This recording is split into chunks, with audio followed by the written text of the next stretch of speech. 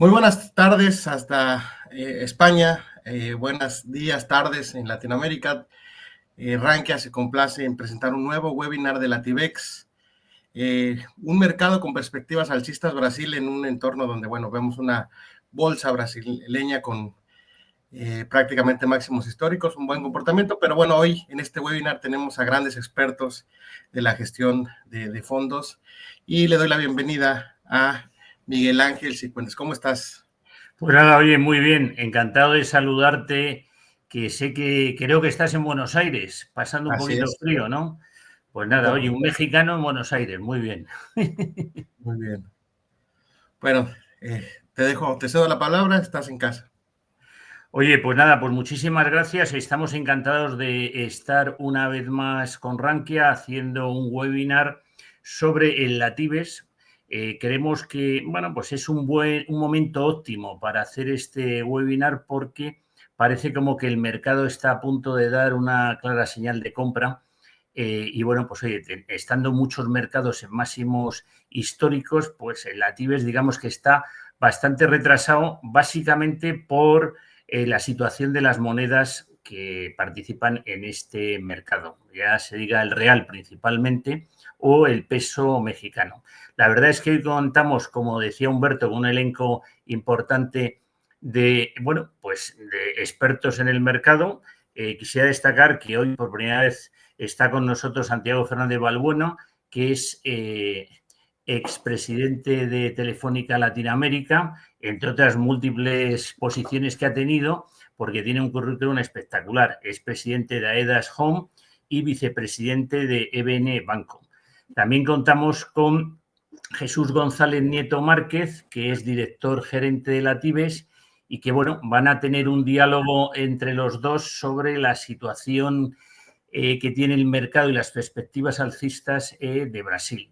Con lo cual, pues una vez que se incorpore Jesús, yo le cedo la palabra a Jesús y, bueno, pues iniciamos esta parte.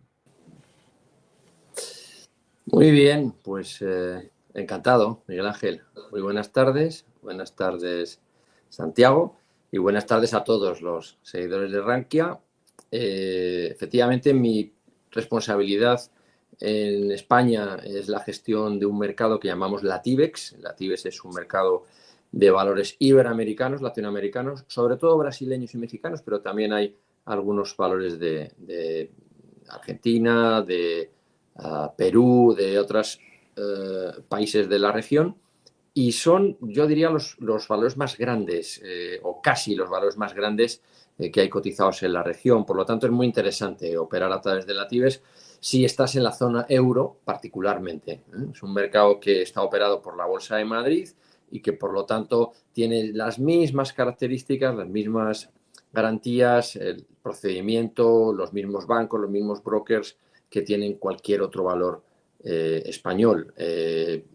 Insisto, opera en euros, opera lógicamente en horario europeo, con lo cual hay una cierta coincidencia, pero no total, entre ambos mercados, iberoamericanos y Europa, lo cual yo creo que es todavía más interesante. Pero lo más interesante de hoy es explicarnos, estudiar, charlar sobre qué es lo que está ocurriendo en la región y muy particularmente en Brasil. Ya nos ha presentado Santiago, es un gran placer. Bienvenido a este seminario y casi empezamos, si no te parece mal, por el principio, ¿no? Por lo más general, ¿no? ¿Cómo ves que se ha comportado la economía brasileña en los últimos tiempos, el último año, 18 meses? ¿Qué sectores hay más pujantes? ¿Dónde nos debemos empezar a fijar? ¿Qué está pasando en Brasil, en otras palabras? Claro que sí, Jesús. Bueno, primero, buenas tardes. Muchas gracias a Rankia por invitarme a este webinar y a ti por acordarte de mí. Los que vivimos en Brasil hace ya algunos años, yo paso aquí más de la mitad de mi tiempo, bromeamos hablando de lo que decía el general de Gaulle sobre Brasil. Decía, Brasil es el país del futuro y siempre lo será. Algunos lo que decimos es, hombre, quizá el futuro ha llegado, ¿no? El futuro es más o menos esto. ¿Por qué es más o menos esto? Pues porque Brasil es una economía muy grande, es un mercado de capitales bastante desarrollado, es una bolsa bastante profunda, Solo para que tengamos una idea del orden de magnitud de las cosas, pues Brasil, en términos territoriales, como les gusta decir a los brasileños, pues un país continental, es más grande que toda Europa, de 8 millones de kilómetros cuadrados, 210 millones de habitantes, 100 millones de los cuales trabajan. Por tanto, hay una economía y un mercado interno muy fuerte.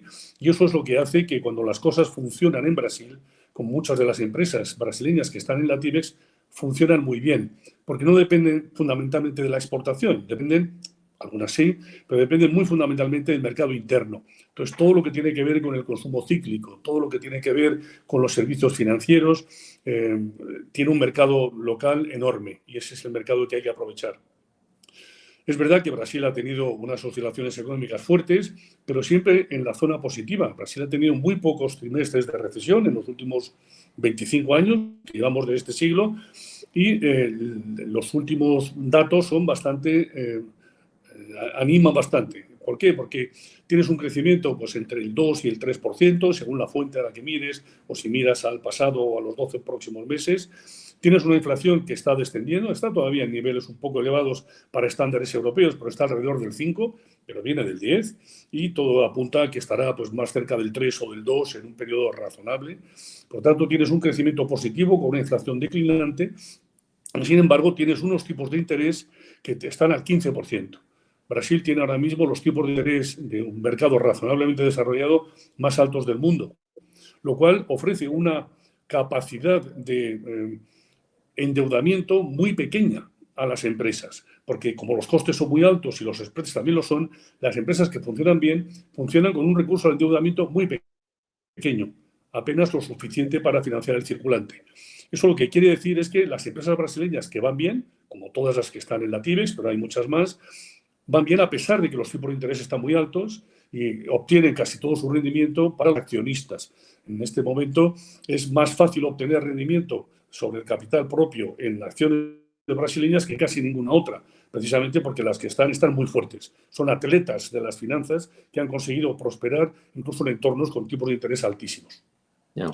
Es además un país que tiene problemas sociales, pero tiene un desempleo al 6% y un sector informal que está contrayéndose, no creciendo.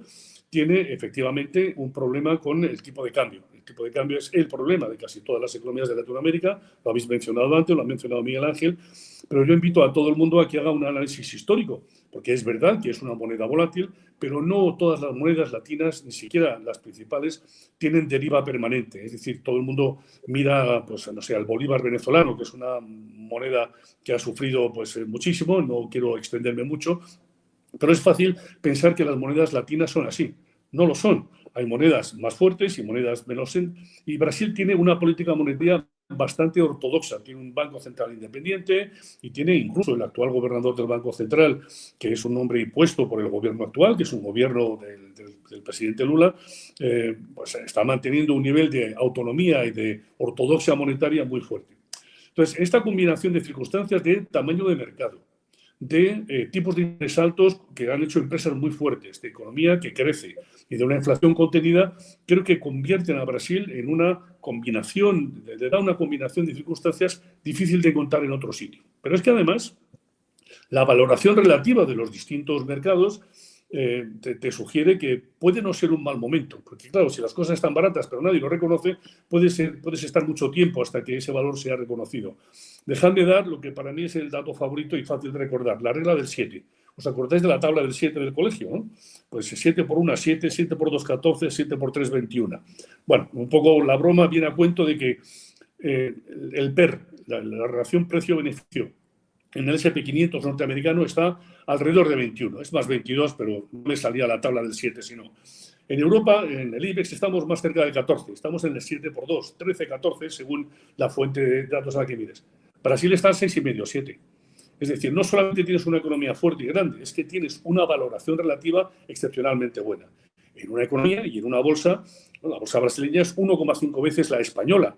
La española no es la americana, pero no estamos hablando de una pequeña... Mira, esto es una bolsa de 2 trillones, de 2 billones métricos de dólares de valor y, por tanto, hay mucho partido. Concentrado, además, en las industrias fuertemente exportadoras y en los servicios financieros. Claro. Bueno, la verdad es que ha sido una un panorama, ¿no? Muy completo. Casi me has dejado sin preguntas, pero vamos a intentar profundizar en algunas de ellas, si no te importa, ¿no?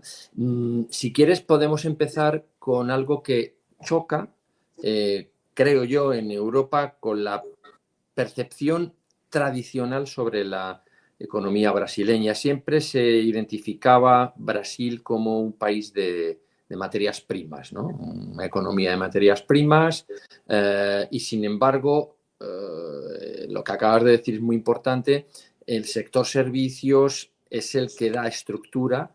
¿Qué oportunidades ves dentro de ese sector a la digitalización, a la tecnología, a las infraestructuras físicas o no físicas? ¿O estamos en un estadio anterior? ¿Cómo estamos en ese ámbito en Brasil? Porque si no nos tenemos que fijar tanto en materias primas, o sí, no lo sé, nos lo cuentas, ¿en qué te fijarías tú? Mira, Brasil tiene empresas muy bien representadas en bolsa, como son la banca y las mineras, que son las tradicionales, algunas de ellas muy orgullosamente o muy bien representadas en la TIBEX. Hay otros sectores menos conocidos, pero que representan casi el 14% del PIB brasileño, que son los que tienen que ver con la exportación de proteínas animales, es decir, los pollos. Hay empresas brasileñas que matan y venden a China 1 millón de pollos diarios. Esto pues, da para un par de cenas. Yo lo bromeo un poco, pero lo que para España es el turismo, para Brasil es la agroindustria, que es altamente competitiva, es altamente exportadora, muy profesionalizada y tiene una gran escala. Es decir, no estamos hablando de pequeñas granjas de 4 vacas francesas, estamos hablando de industrias que venden a todo el mundo, que valen miles de millones de dólares en las bolsas y que están muy profesionalizadas y que cuentan con una ventaja natural, que es la feracidad, la fertilidad del campo brasileño y unos canales de distribución estupendos, ¿no? Entonces, vale la pena explorar ese mundo. Pero es que la digitalización y las nuevas tecnologías han llegado a prácticamente todos los sectores. No son tan conocidos fuera porque casi todo se aplica internamente. Yo tengo una pequeña gestora de Venture Capital y Private Equity aquí en Brasil y una de las cosas que nosotros hacemos es traer empresas tecnológicas, pero no que producen, sino que utilizan la tecnología como herramienta de productividad de otras empresas, en varios sectores. Desde luego la educación, la sanidad, las finanzas son los clásicos, pero hay otros varios. Y ahí la idea es que cuando tú eres capaz de introducir una herramienta de productividad, el mercado es tan grande que tienes mucho crecimiento potencial delante de ti solo estando en Brasil. No te hace falta en otros países muy competentes, muy competitivos de la región, salir porque se te acaba el país muy pronto. Este mercado tarda mucho en acabarse. Entonces es uno de los sitios donde la tecnología está produciendo mejores resultados por eso, porque te encuentras, y estamos hablando de servicios bancarios, los neobancos aquí ya son muy grandes, a pesar de que los bancos más tradicionales, los bancos, como les llaman aquí, son muy grandes y son muy competentes y están muy bien valorados, tienen retornos sobre el capital, ROEs, de más del 20%, que ya nos gustaría a los bancos europeos, incluso a los norteamericanos, estar en esos márgenes, ¿no? Sin duda. Y perdón, sin se duda. me ha olvidado comentarte la minería. La minería sigue siendo un sector importante, casi todo destinado a la exportación y cuyo principal cliente es China. China es probable que no agote sus necesidades en los próximos 10 años, 15, no sé. Desde luego no van a ser 5 meses. O sea, China está en un proceso en el que necesita sus materias primas y las que venden todos los demás. El mineral de hierro, etc., ¿no? Con lo cual creo que esa onda de crecimiento no es una onda cíclica, es una onda estructural que va a durar muy probablemente todo lo que es un periodo de inversión de 10 o de 15 años, ¿no? Correcto. Bueno, pues habrá que fijarse entonces efectivamente en la agroindustria, en las empresas que sirven tecnología a otras empresas, ¿no? El sector financiero, por lo tanto, sigue siendo muy competente, no solamente el tradicional, sino los nuevos servicios financieros. Vamos a hablar un minuto sobre las circunstancias sociopolíticas, si te parece, en Brasil. ¿Cuál es el momento o, dicho de otra manera, también cómo ves, qué diferencias ves con otros países relevantes en términos económicos, México, por ejemplo, de la región? ¿Cómo ves el ambiente socioeconómico, sociopolítico y la vinculación que puede tener con la economía, claro? Bueno, la vinculación, más que con la economía, con el sentimiento económico, es muy fuerte. Yo digo mucho que Brasil es uno de los pocos países que tiene una arquitectura institucional de pesos y contrapesos razonable. Nada es perfecto, pero no es una economía presidencialista al estilo que tienen otras economías de Latinoamérica, donde cuando cambia el presidente, cambia el gobierno, cambian las leyes, cambian los amigos y cambia hasta el equipo de fútbol favorito, por bromear un poco, ¿no? Brasil no es así. Brasil tiene un presidente que manda mucho, pero tiene 32 partidos en el Parlamento, cada uno con sus múltiples peculiaridades. Entonces, el presidente Lula, que ganó hace un tercer mandato, está a 12 meses de decidir si se presenta o no se presenta. Su popularidad ha ido cayendo y eso pues, es un indicio de que quizá el electorado brasileño esté pensando en que algún relevo hacia una opción un poquito más centrada en los partidos que defienden un mercado más fuerte, pues a lo mejor no está tan lejos, ¿no? Y hay buenos candidatos en ese sentido. Entonces, no solamente es un país grande, con un buen mercado, que está barato y que tiene grandes opciones, como he mencionado en la primera parte, es que además tienes un posible catalizador político, que aquí pues, se le da un 50% o más de probabilidad de que el siguiente gobierno, las siguientes elecciones presidenciales, que son en octubre del 26, pues que asistan a un cambio de gobierno, a un cambio de signo, a un grupo de partidos o un presidente más centrado en el centro derecha y, por tanto, con políticas más liberales. Eso, por supuesto, no está garantizado, pero sería, digamos, la excepción, porque lo que está ocurriendo en la región, en casi todos los países, es lo contrario. Sí. Son gobiernos que se escoran mucho a la izquierda, que algunos tienen un componente populista muy fuerte, por supuesto con la excepción actual de Argentina. Pero bueno, que cada país tiene sus peculiaridades. Brasil tiene esos contrapesos donde el presidente, por muchos votos que tenga, y Lula ganó con el 50% más un voto, no ganó con el 70%, por tanto, pues esos equilibrios los ha tenido que ir manteniendo, pues, y su orientación podría estar, digamos, en su último año y pico de mandato. No se nos olvide que el presidente Lula ha hecho todo lo bueno que se puede hacer en una vida y que es improbable que, si él no ve clara su reelección, se presente. Esto ya es cosecha mía y personal, pero nadie quiere, digamos, enturbiar un legado como el suyo, que desde el punto de vista presidencial no es fácil de repetir, pues perdiendo en el último minuto, ¿no? O fallando el penalti decisivo, por decirlo en términos futbolísticos, ¿no? Claro que sí. Inevitablemente te tengo que preguntar sobre el señor Trump y, bueno, no tanto sobre el señor Trump, sino sobre la política arancelaria de Estados Unidos. ¿Qué podemos esperar? ¿En qué medida puede afectar o no a la economía brasileña? Mira, Brasil es un amigo tradicional de los Estados Unidos por razones comerciales. Trump, que ha dicho muchas cosas de muchos países, no nos vamos a descubrir nada hoy, solo ha hablado una vez de Brasil y fue en términos elogiosos. Tan es así que en su batería de aranceles, donde como te descuides te suben los aranceles del 10 al 100, del 100 al 200 en una tarde, bueno, Brasil es el único país que ha estado al 10% de arancel y sigue ahí. Es decir, hay aranceles bajos, vistos desde el punto de vista trumpiano, y que no se han movido. Eso te indica que probablemente no es un país beligerante en este sentido. Es un país exportador a los Estados Unidos y es un país que tradicionalmente ha tenido buenas relaciones, no solo desde el punto de vista diplomático, sino sobre todo comercial. De manera que, de la misma forma que puedes pensar que, pues, no sé, México pues tiene algunas fricciones que hay que comentar con el presidente Trump, Brasil no está ni mucho menos en ese partido, ni de lejos. De hecho, tiene los aranceles más bajos y tiene unos flujos comerciales muy positivos que no se han interrumpido. Correcto. Es importante para ver hacia el futuro, pero fíjate, con lo que acabas de decirnos sobre los aranceles, con lo que nos has dicho también sobre la propia macroeconomía del país, ¿cómo se explica esta debilidad de la divisa, del real en concreto, ¿no? Al menos con respecto al euro, ¿no? O sea, es paradójico que el índice de la bolsa brasileña, el Bovespa, está pues en máximos o cercano a los máximos y, sin embargo, su traducción a euros pues se ha debilitado notablemente en los últimos 12 meses, ¿no? Sí, yo creo que la divisa es lo que asusta a casi todos los inversores europeos, aunque es fácil que se nos pase desapercibido que el problema es el euro, no es el real. El euro es una moneda muy fuerte, a algunos nos parece innecesariamente fuerte contra el dólar o contra otras divisas de primer orden, y desde luego pues, creo que eso ha hecho que los productos en Europa sean sensiblemente más caros de lo que parece. No te estoy contestando a por qué esta es una moneda volátil, ¿no?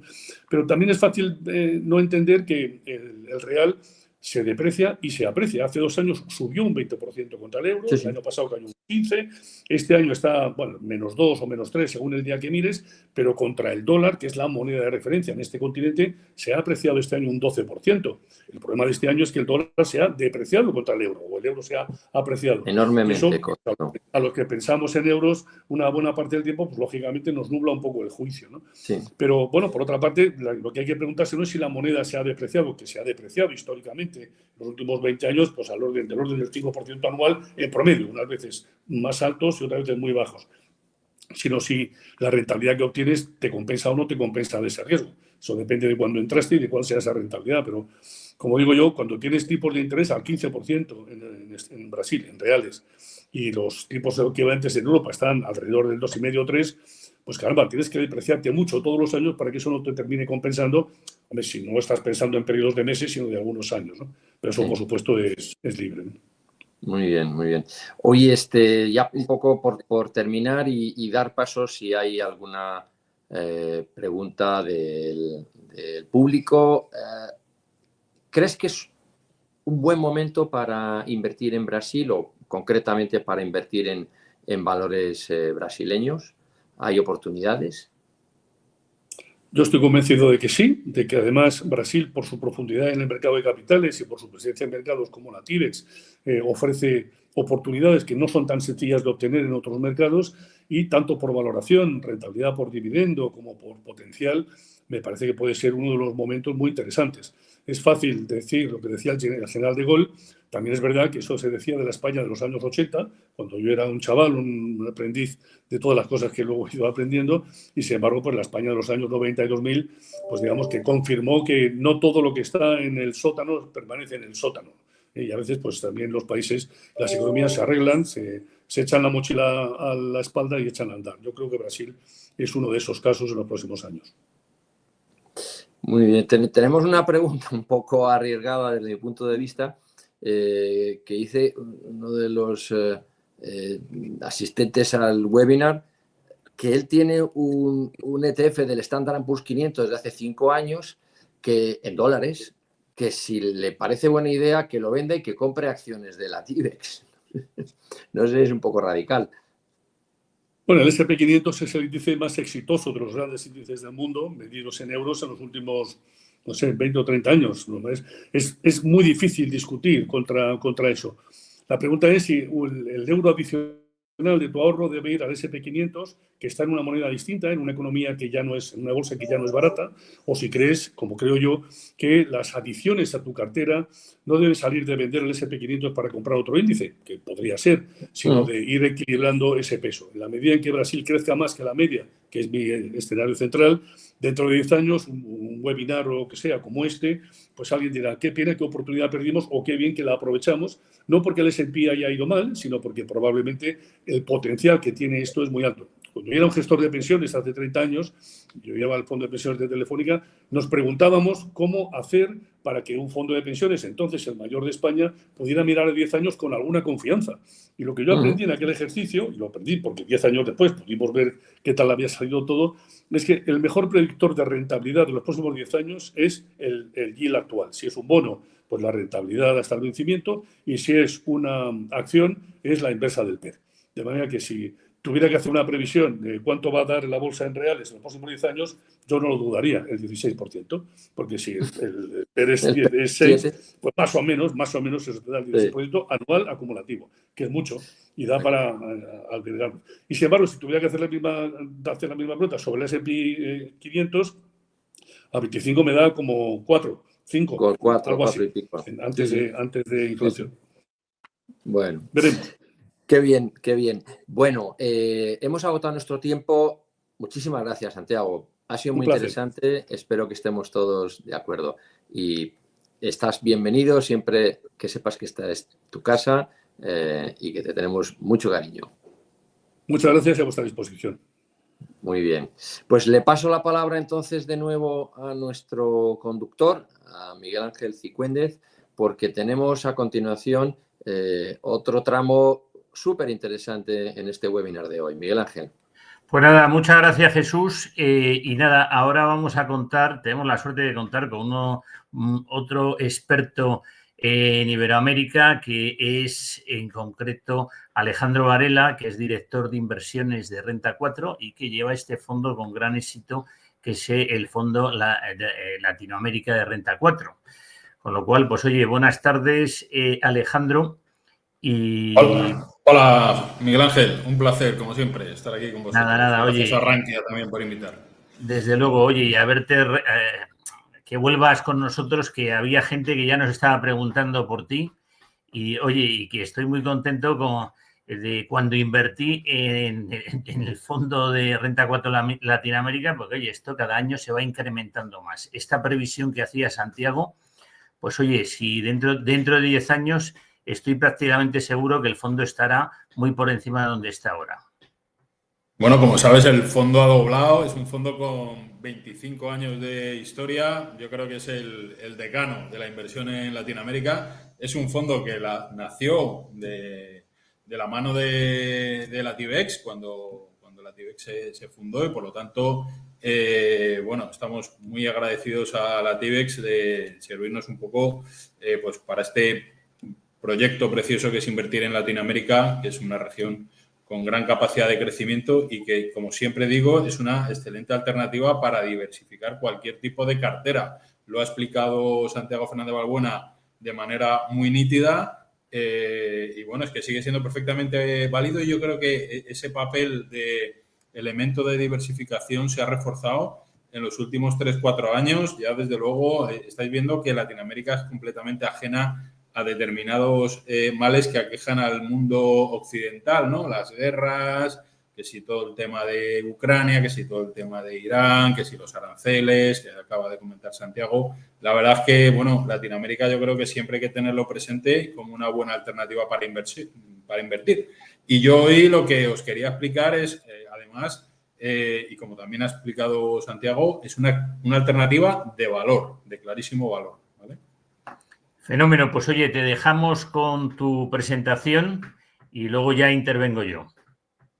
Fenomenal. Pues bueno, un poco el objetivo es comentaros, ¿no? Precisamente estas y otras cuestiones bueno, sobre las que ha pasado un poquito de puntilla Santiago, pero a mí me gustaría ponerle números, ¿no? Santiago nos ha hablado de una economía resiliente en Brasil, pero yo digo, prácticamente toda Latinoamérica está en un contexto de crecimiento moderado y de una inflación descendente, ¿no? Lo tenéis en pantalla. Vemos como, por ejemplo, este año, en 2025, los 7 grandes países de Latinoamérica, los 7 países más grandes, crecerán una media de un 1,4% y el año que viene estarán con crecimientos cercanos al 2%, ¿no? Y lo que estamos viendo es que esto se va a producir en un contexto de clara moderación de la inflación, donde venimos observando ya los últimos 3-4 años que esta inflación pues está tendiendo a moderarse a niveles del 4%, por debajo del 4%.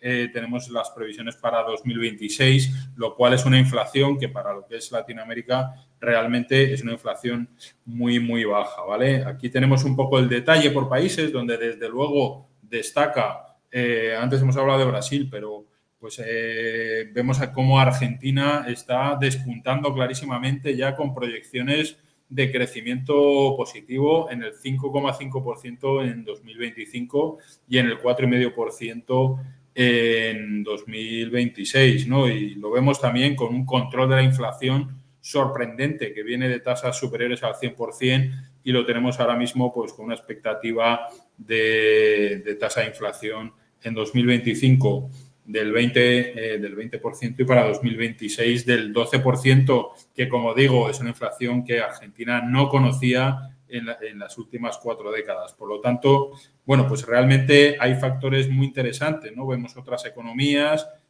con un crecimiento estable, como puede ser Chile, como puede ser Colombia y desde luego México también es una economía muy interesante. Tradicionalmente no suele salir, cuando hablamos de Latinoamérica, bueno, hay veces que queda un poco al margen, pero México también es una región en la que tenemos grandísimas expectativas de crecimiento, ¿no? Y es un mercado muy, muy interesante. Bueno, a mí me gustaría sobre todo venir un poco a desmentir, ¿no? ciertos mitos, ¿no? Yo os pongo ahí en la diapositiva, los datos matan el relato, tanto en términos económicos como en términos políticos. Yo creo que Santiago también nos ha dejado caer algún que otro comentario en relación a esto, ¿no? En términos económicos, por ejemplo, existe el mito de que Latinoamérica es una región que vive en una crisis constante, ¿no? Y que es incapaz de desarrollarse. Esto realmente no es así, ¿no? Lo que estamos viendo es que durante la última década hemos visto importantes progresos en términos de la gestión macroeconómica y, desde luego, una drástica reducción de la frecuencia de las crisis económicas. No, si recordáis, ahora mismo las crisis se vienen centrando, casi siempre los debates se centran en otro tipo de países, ¿no? Pero hace tiempo ya que no venimos alertando de una crisis dramática en ningún país de la región latinoamericana, ¿no? Luego, en términos políticos, aunque sí que es verdad que hay cierta inestabilidad, pero yo diría que esto es un mal que aqueja al mundo entero, ¿no? Cada vez vemos mayor crispación política, mayor polarización y, sin embargo, yo lo que creo es que estamos caminando hacia una época de cierta estabilidad y se produce, en un contexto democrático que se ha ido consolidando a los últimos años y donde estamos viendo una alternancia que se está produciendo en un entorno de cierta normalidad, ¿no? Por lo tanto, hemos visto cambios de signo político, lo hemos visto en Argentina, lo hemos visto en Brasil, lo hemos visto en Chile, lo hemos visto en Colombia. Hemos visto ese cambio de signo, ¿no? Que incluso bastante radical, ¿no? Porque luego os enseñaré un mapa de cómo está ahora mismo la región en términos políticos, pero realmente esa alternancia, más allá de que se haya producido mucho ruido, muchas palabras gruesas, al final ha sido una alternancia bastante natural. Y yo creo que, con independencia del signo político con el que se ha gobernado en determinadas regiones, hemos visto cómo el crecimiento se ha ido consolidando y cómo ese camino ascendente se ha seguido abordando de manera bastante satisfactoria, ¿no? Y luego, en términos de geopolítica, yo creo que existe también un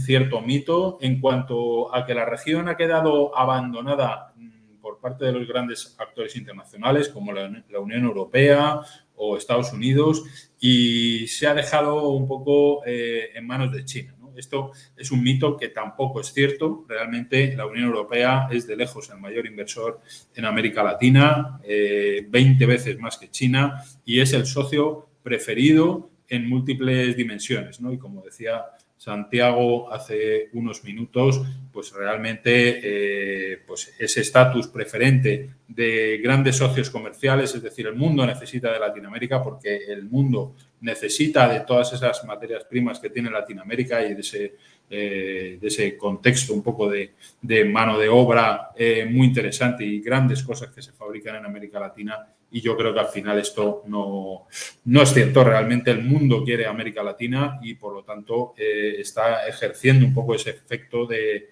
tracción a lo largo y ancho del mundo, ¿no?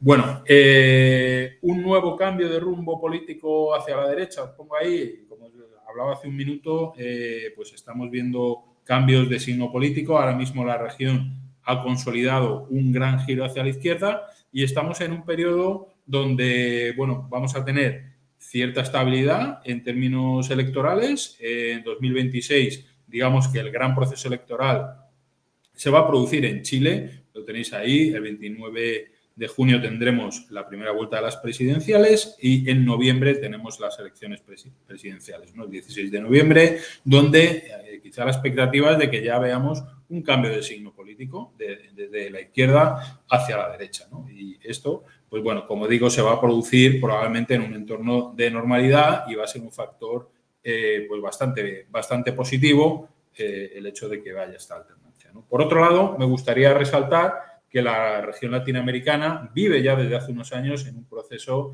de avances sociales, como explicábamos antes, generados y producidos y apuntalados por una disminución bastante continua de las tasas de desempleo. Como veis en este gráfico que os estoy mostrando en pantalla, vemos cómo desde la época posterior a la pandemia hemos visto una reducción drástica de los niveles de desempleo. Podemos decir que estamos en niveles de desempleo absolutos en mínimos históricos, ¿vale? Y además esto ha venido acompañado de un incremento de los salarios reales, ¿no? Que es la línea azul que tenéis en el gráfico, donde estamos viendo también que desde 2021 hasta 2025 pues los salarios se han incrementado de manera muy notable y a tasas bastante elevadas. Esto es muy importante porque ese consumo interno del que hablaba Santiago Fernández Balbuena, hay que recordar que hay 600 millones de habitantes viven en Latinoamérica, 200 de los cuales están en Brasil, pero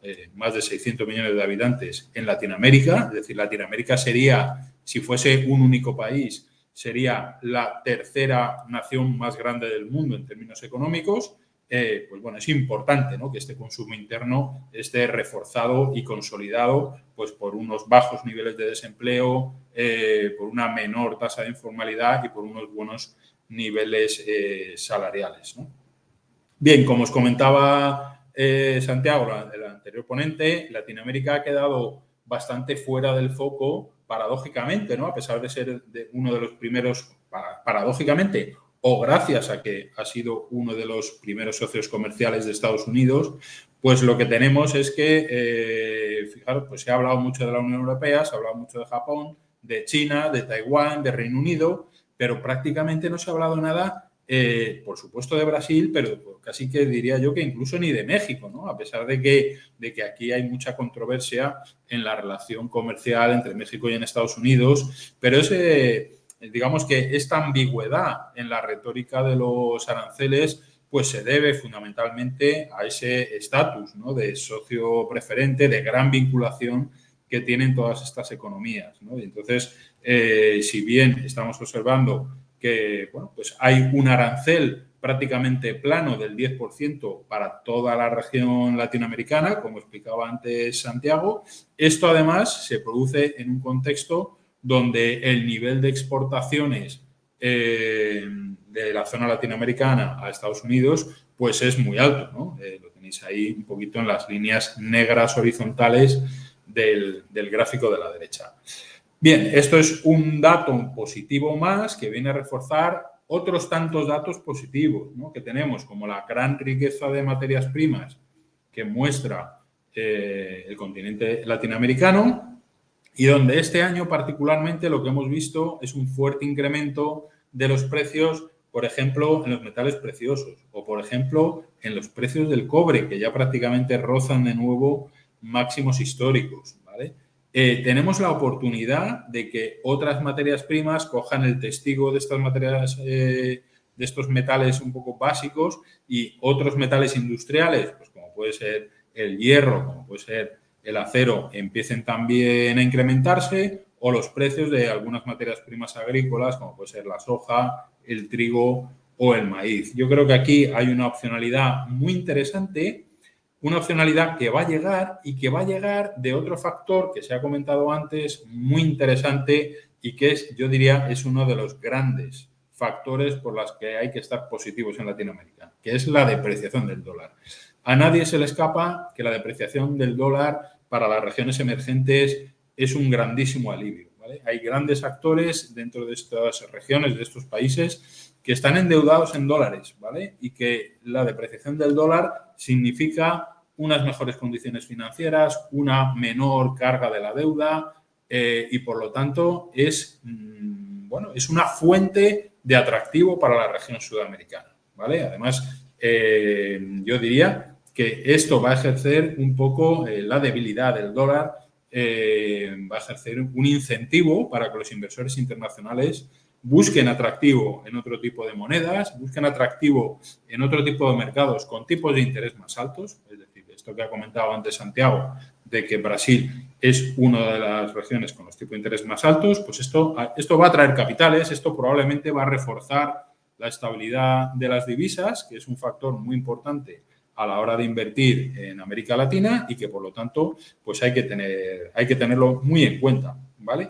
Por último, pues un poco ponerle números, ¿no?, a esto que comentaba Santiago. Esto es una oportunidad de valor porque, además, los mercados latinoamericanos cotizan muy por debajo de la mitad en términos de múltiplos, de multiplicadores, que pueden cotizar otras regiones otras regiones desarrolladas, ¿no?, como puede ser Estados Unidos o como puede ser la propia Europa, ¿no?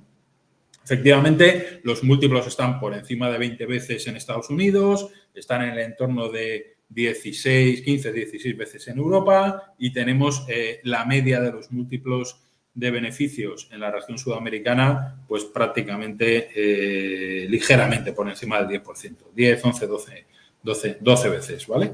Con lo cual, pues, como digo, ahí creo que es una oportunidad en valor, ¿vale?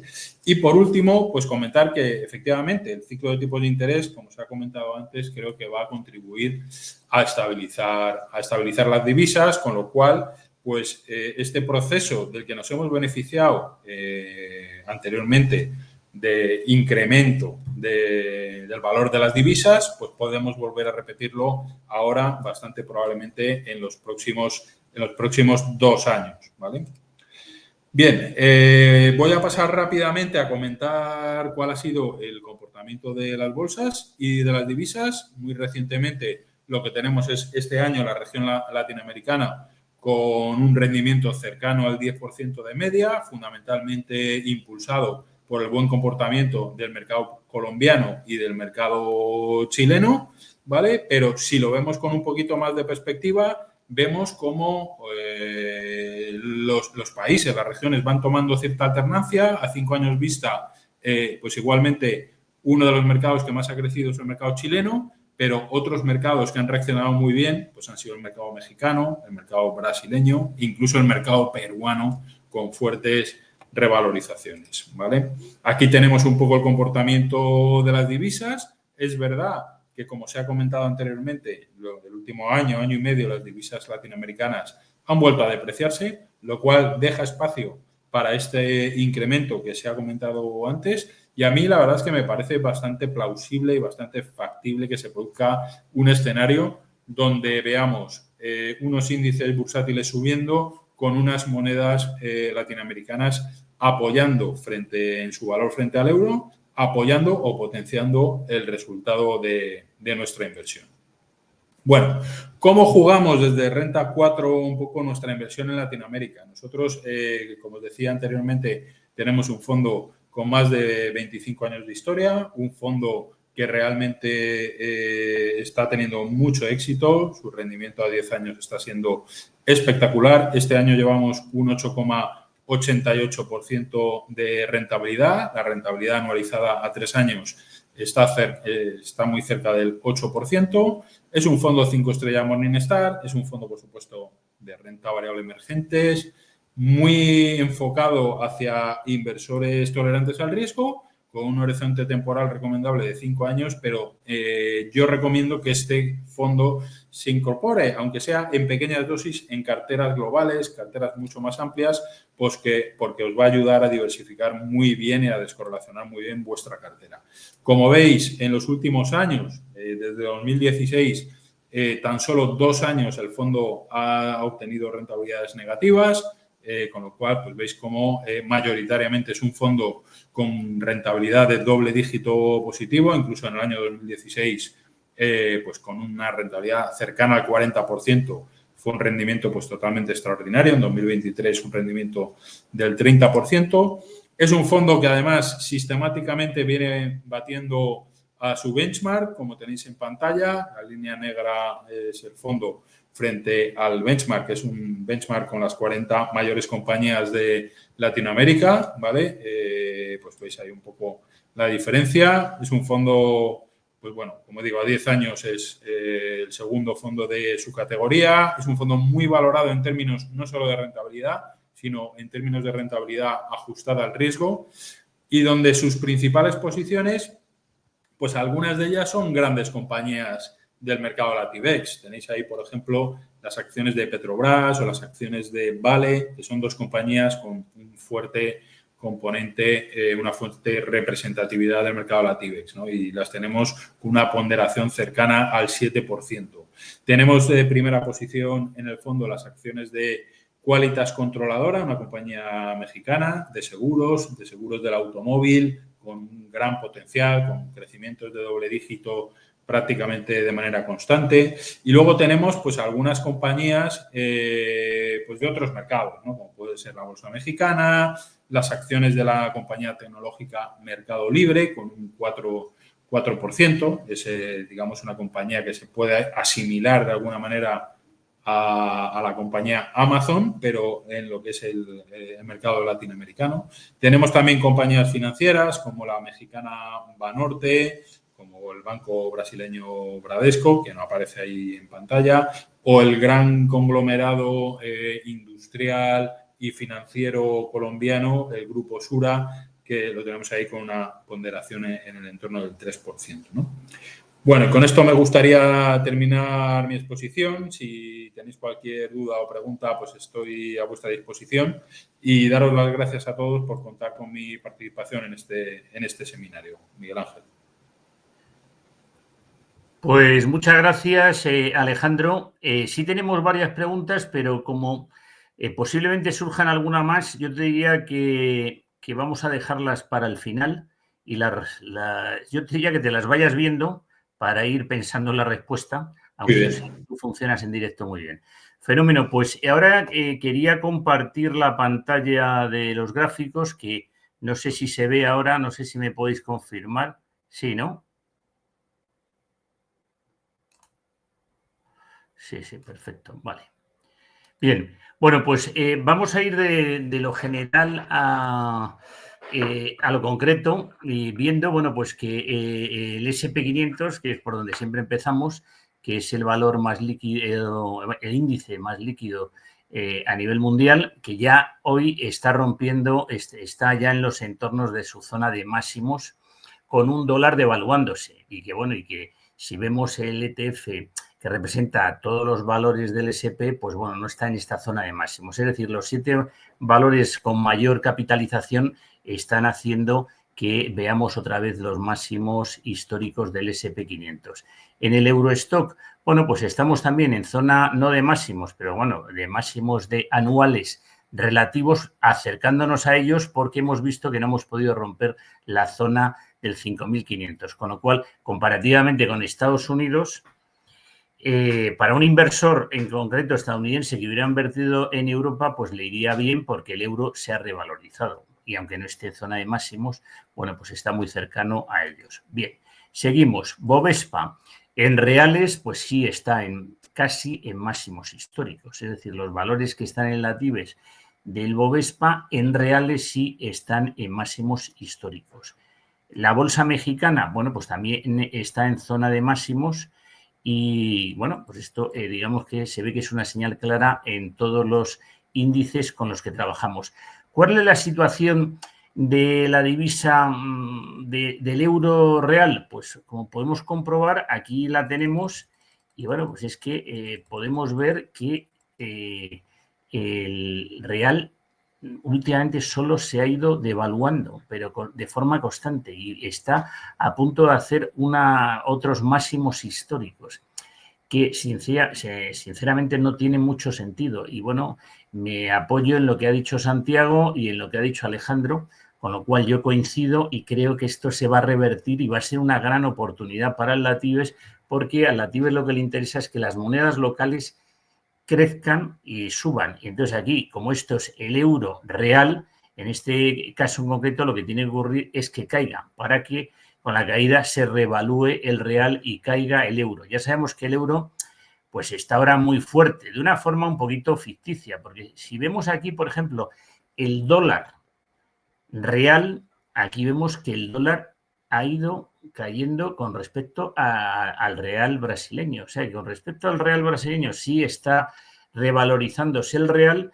Y bueno, ¿qué pasa? Que el euro se está revalorizando en concreto, contra el dólar. Hoy hemos visto que ha roto la zona de 1,17 al alza el euro dólar. Y aquí en esto lo que hay que creer es lo que ven nuestros ojos, y lo que ven nuestros ojos es que el mercado, cuando por lo que sea decide devaluar una moneda, como es el dólar, y que es el interés en concreto de la administración Trump, aunque pudiera parecer que al principio no era así, bueno, ese es su interés, y entonces pues posiblemente se vaya a una zona de 1,20. Pero en algún momento yo creo que el real se revalorizará con el euro, y a poco que lo haga, eso va a tener unos efectos espectaculares en el Latibes. Aquí estamos viendo el euro contra el peso mexicano, que también está en zona, fíjense, si nos vamos al pasado, donde estuvo en concreto el euro, se ha dado la vuelta aquí, digamos que el peso ha estado mucho más fuerte y entonces, bueno, el asunto es que nosotros pensamos que sería razonable también que el peso se revaluara contra la divisa mexicana. Fíjense, si vemos el dólar contra el peso, pues aquí vemos que el dólar también se ha devaluado contra el peso. Es decir, que esta es la situación clara de la revaluación del euro en general contra todas las divisas, tenga sentido o no, y que esperamos que esto revierta en algún momento. Y en esa situación, ¿cómo está el índice Latibes? Pues el índice Latibes, curiosamente, está aquí siguiendo la zona de la media de 200 con intención de a ver si termina de romper el movimiento que ha habido con la devaluación del petróleo. Pues bueno, como el Petrobras pondera bastante, bueno, pues digamos que ha habido una cierta corrección. Pero yo, mi predicción, lo que yo creo que va a ocurrir es que vamos a romper al alza y que estamos en muy buen momento para, en general, comprar el índice Latibes. Y ya viéndolo en valores concretos, pues vamos a repasar el mercado. Pues fíjense, aquí tenemos Alfa, que es una empresa mexicana y que está intentando, bueno, ha tenido una cierta corrección desde una zona de máximos que vimos en concreto en el mes de febrero y ahora está intentando darse la vuelta. Nosotros la estamos siguiendo mucho y creemos que si rompiera al alza la zona de 0,68 sería una muy buena señal de compra. América Móvil también se ha revuelto y ha roto la directriz bajista y tiene buena pinta. Si rompe en concreto la zona de 0,77, yo creo que sería una clara señal de entrada. BBVA Argentina, bueno, pues está alcista como está el país y está ahora corrigiendo, pero su estructura es claramente alcista. Bradesco, pues oye, ha dado una oportunidad en concreto este año tras unos mínimos tremendos, pero que queda mucho recorrido al alza. Entonces, creo que es un valor muy bueno, que está alcista y que nosotros lo tenemos en cartera en una de las ICAPs donde somos asesores. Banco Francés, pues también tiene estructura alcista y nos gusta. Sin embargo, Bradespar está claramente bajista. Aquí sí que no estamos, estaríamos a la espera también en las preferentes de que se diera la vuelta y demás. Braskem también está bajista, hay que esperar a que se dé la vuelta y veamos una figura de vuelta clara. CEMIC, un valor que nos gusta y que en este momento está corrigiendo. Nos esperaríamos a que se diera la vuelta y a ver si rompe la zona de 1,75 y nos da señal de entrada. Copel está, curiosamente, este sí está alcista, pero está corrigiendo. Si pierde esta zona de 1,90, pues nos preocuparía. Y ahora mismo quizá ya no es momento de acumular más posiciones. Quien las tenga, que las mantenga mientras no pierda la zona de 1,85. Copel, en concreto, bueno, pues ya lo hemos comentado, Electrobras Ordinarias está bajista y de momento nos esperaríamos. Y eso que había tenido muy buen recorrido al alza, pero oye, ahora digamos que ha retomado a la baja, con lo cual estamos fuera del valor. Gerdau también estuvo alcista, pero está a punto de perder la directriz bajista. Estaríamos neutrales en el valor. Grupo Electra, bueno, pues digamos que está intentando retomar al alza, no tiene mala pinta en este momento. Grupo Financiero Banorte, Banco Mexicano, que sí nos gusta, que tiene buena pinta y que ha retomado al alza. Nosotros mantendríamos posiciones en el caso de tenerlas. Neoenergía, pues vemos que en Neoenergía en concreto está alcista y está ahora simplemente corrigiendo. Petrobras, bueno, pues con la caída del petróleo, pues digamos que ha roto la directriz alcista que tenía y de momento estaríamos fuera a la espera de entrar porque este es un gran valor y que puede tener un gran recorrido al alza. Lo mismo en Petrobras Preferentes, Usiminas, bueno, pues claramente bajista. Ya lo ven ustedes con los colores. Cuando está en rojo es que básicamente no hay que entrar. Vale que es una gran empresa brasileña, pues también está bajista. Pues oye, posiblemente sea una gran oportunidad cuando se dé la vuelta. Hay que estar con la expectativa y viéndolo, y bueno, nosotros lo anunciaremos cuando así lo veamos. ¿En dónde? Pues a través de los medios de comunicación hacemos artículos de forma recurrente. Les aconsejo que vean la página latibes.com, que bueno, que es bastante interesante sobre las novedades que hay en Latibes. Y ya finalmente Volcán Minera, pues oye, ha retomado al alza y ahora mismo está alcista, es una empresa peruana y que bueno, que creemos que tiene buenas perspectivas. Y básicamente he repasado todo el mercado. Yo creo que ahora, Humberto, podemos responder a las preguntas que tengamos. Sí, Miguel Ángel, hay bastantes preguntas. La primera es que si es Brasil el mercado con mayor potencial en América Latina. Bueno, me lanzo, o te dejo a ti, Alejandro, que ya te la habrán mirado. A ver, Brasil, efectivamente, y además se ve muy intuitivamente en todos los gráficos que ha mostrado Miguel Ángel, creemos que es una buena oportunidad. Es una buena oportunidad porque, fijaros, el mercado de materias primas no lo ha hecho especialmente bien. Las grandes compañías que cotizan en el mercado brasileño, como pueden ser Vale, como puede ser Petrobras, como puede ser Bradespar, como puede ser CEMIF, Electrobras, Usiminas, Gerdau, no son compañías que hasta el momento hayan tenido una gran evolución en los últimos 12 meses, con lo cual, digamos, dejan espacio a que haya unas buenas subidas en el momento en que veamos relanzarse el crecimiento, ¿no? Luego, además, ese punto de apoyo del real brasileño, que también hipotéticamente podría tener subidas, podría ser bastante interesante. Entonces, Brasil yo creo que es uno de los grandes mercados, pero fijaros, paradójicamente, México también puede ser un mercado bastante interesante, ¿vale? Con lo cual, yo me quedaría con los grandes mercados en estos momentos, puesto que mercados como Colombia, incluso como Perú, como Chile, lo han hecho algo mejor. Y esa alternancia, Latinoamérica nos tiene acostumbrados a ir manejando esa alternancia por mercados, ¿no? Hay años donde lo que tira es Colombia, lo que tira es Chile, lo que tira... Y yo creo que ahora mismo los grandes mercados son los que están en un punto excelente para tomar posiciones. Gracias, Alejandro. Por aquí hay un comentario de Mario que dice, me gusta Brasil, pero a veces parece la eterna promesa. El EWZ no creció. Bueno, es la eterna promesa, pero efectivamente, hay veces que da ciertos sinsabores, pero ha habido unas oportunidades, quiero decir, que como decía ahora mismo en concreto Alejandro, yo quiero recordar que en el fondo, vamos, que desde que yo entré voy ganando un 100%, eso es una barbaridad, ya me contarás dónde, y con valores del Latibes, vamos, las posibilidades de... Hemos visto Bradesco de dónde viene, o sea, tiene un recorrido al alza espectacular. Todas estas empresas industriales que tú has comentado, pues igual. Entonces, bueno, hay que buscar el momento para entrar. Pero vamos, el momento es que está muy cercano. La ruptura de la media de 200 en el Latibes se generaría una clara señal de compra. Y eso ya lo anunciaremos cuando ocurra. Muy bien. Hay una pregunta respecto a México. Pregunta, ¿qué peso tiene México para la región y si hay potencial en su mercado?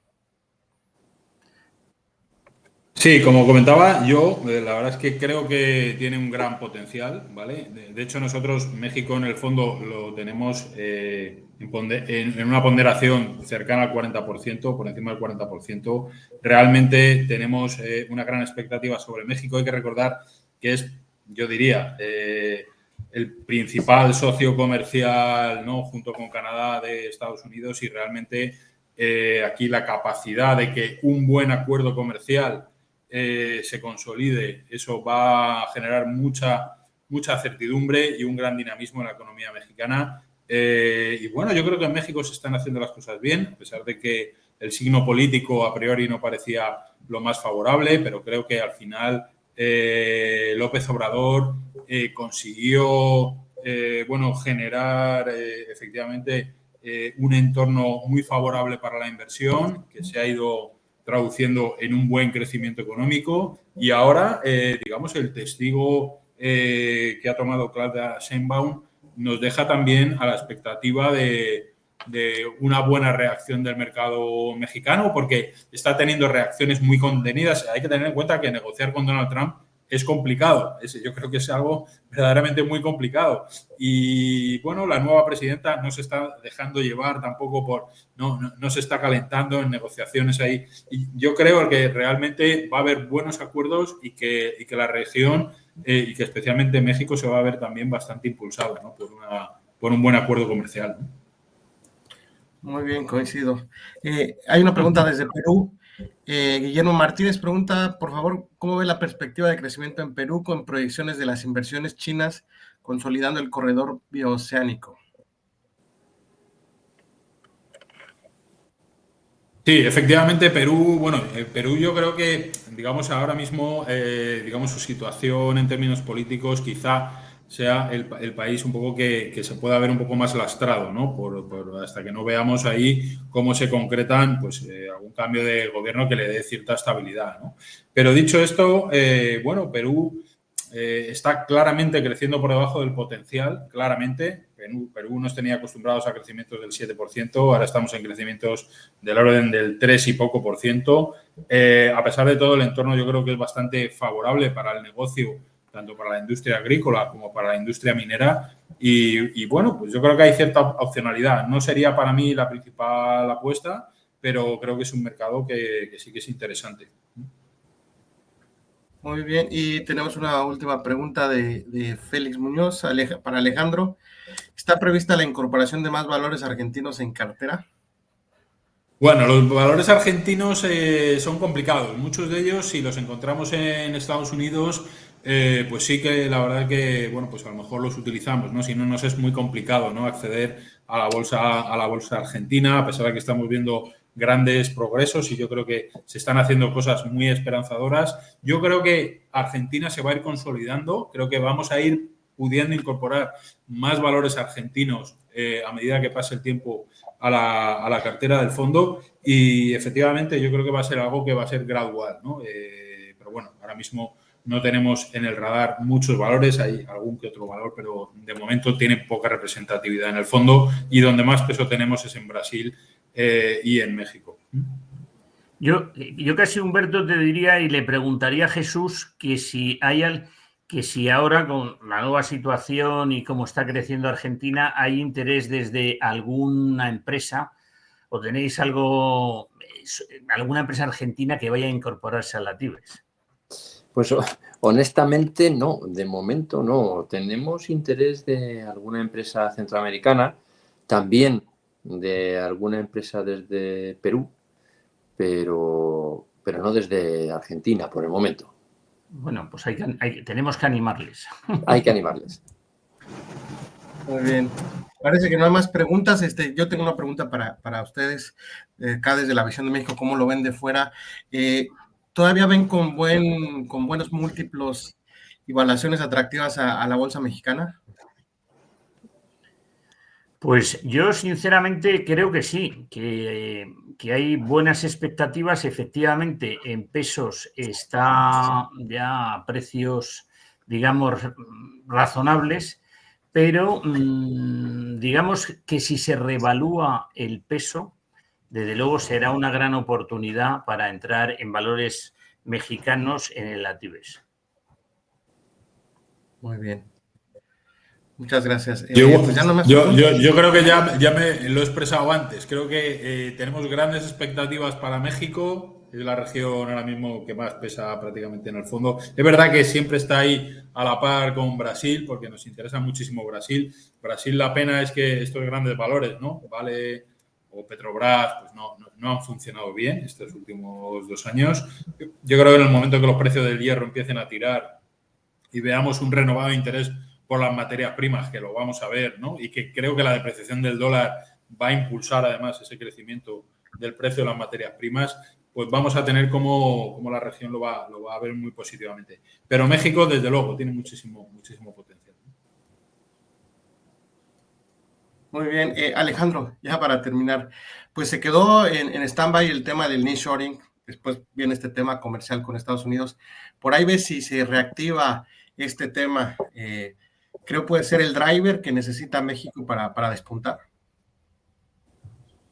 Seguramente sí, ¿no? Hay varios temas, ¿no? Para la región latinoamericana, para México también, pues todos los temas de digitalización, infraestructuras, el nearshoring, por supuesto, es muy importante. Lo que pasa es que la retórica arancelaria, pues ahora mismo ha frenado un poco ese proceso, ¿no? De acercamiento gradual de las empresas a un país estratégico como puede ser México. Bueno, dejemos que pase este ruido de los aranceles que acabará pasando.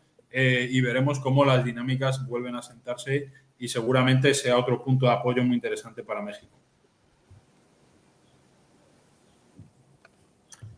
Muy bien, muchas pues Humberto, gracias. muchas gracias. Para ir finalizando, Miguel. Pues nada, yo simplemente agradeceros a Rankia que nos deis la oportunidad de hacer este webinar con Latibes y yo creo que podemos dar por finalizado el webinar y os anticipamos que para el mes de octubre tendremos otro y ya esperamos contar que hemos roto esa media de 200 y que se ha dado la vuelta y que estamos mucho mejor que estamos ahora mismo, que no estamos mal. Pues muchas gracias, Humberto, y hasta la próxima. Muy bien, Alejandro. Gracias a todos. Jesús, gracias. Miguel, un gusto. Gracias. Hasta la próxima. A nombre de Rankia Latibes les agradecemos su presencia. Hasta pronto.